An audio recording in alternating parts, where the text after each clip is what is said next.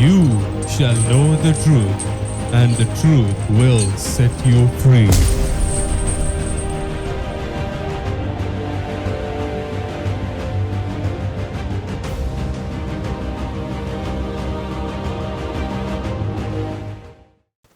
You shall know the truth, and the truth will set you, is the word that Jesus said to those who believed in Him.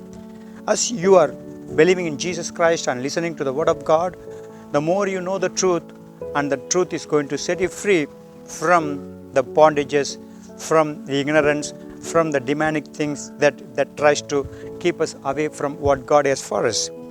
As we are talking about the types of demonic spirits mentioned in the Bible. Now I am going to give you a clarity about what Bible talks about the influences of demons in a person's life. Understanding about the demonic influence. There are three terms in Greek used about these things. One is to be demonized. This we see in Matthew chapter 9 verse 32 and 33. In English it is translated as possessed with the devil. That's not a right translation that says this word, that possession by the devil. So this is confusing many people, how a Christian can have demons. Can Christian be possessed by devil? Because already a Christian is possessed by Jesus Christ, bought by the blood of Jesus. So devil, if he has an influence in your life, that doesn't mean you are being a possession of the devil. Devil cannot possess you when you are bought and cleansed by the blood of Jesus. Possession. And then there is a second phrase that we use that describes the influences of demons in humans' indications.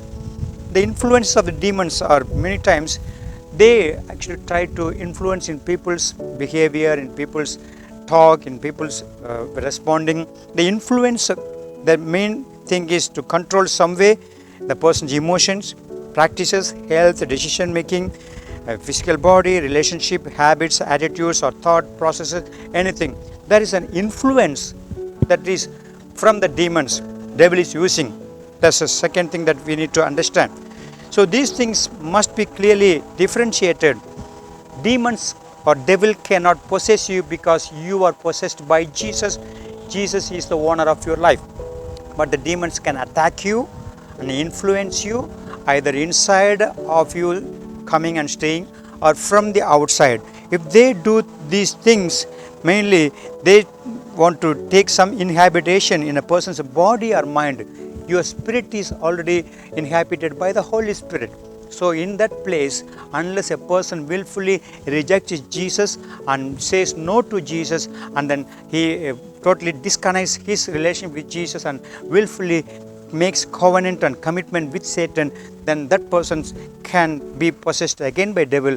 Unless otherwise, knowingly or unknowingly, Satan cannot possess a person's spirit. And this is the thing that we need to see. They also can seek influence a person's thoughts and emotions, behavior from outside of the body also. So in these things, Christians can be attacked, can be influenced, and that's the way that we need to know. We need deliverance to come out of the influences of the demons and come out of the attacks of the demons so that we can have a victorious walk in the Lord, being a property of Jesus Christ. Father, help your people to understand what your word is saying. We are your possession. You have already owned us. And demons, they try to influence and attack, and they have kind of things on our bodies and minds. And we want to be freed by your truth with the help of the Holy Spirit. In Jesus' name I pray. Amen. God bless you.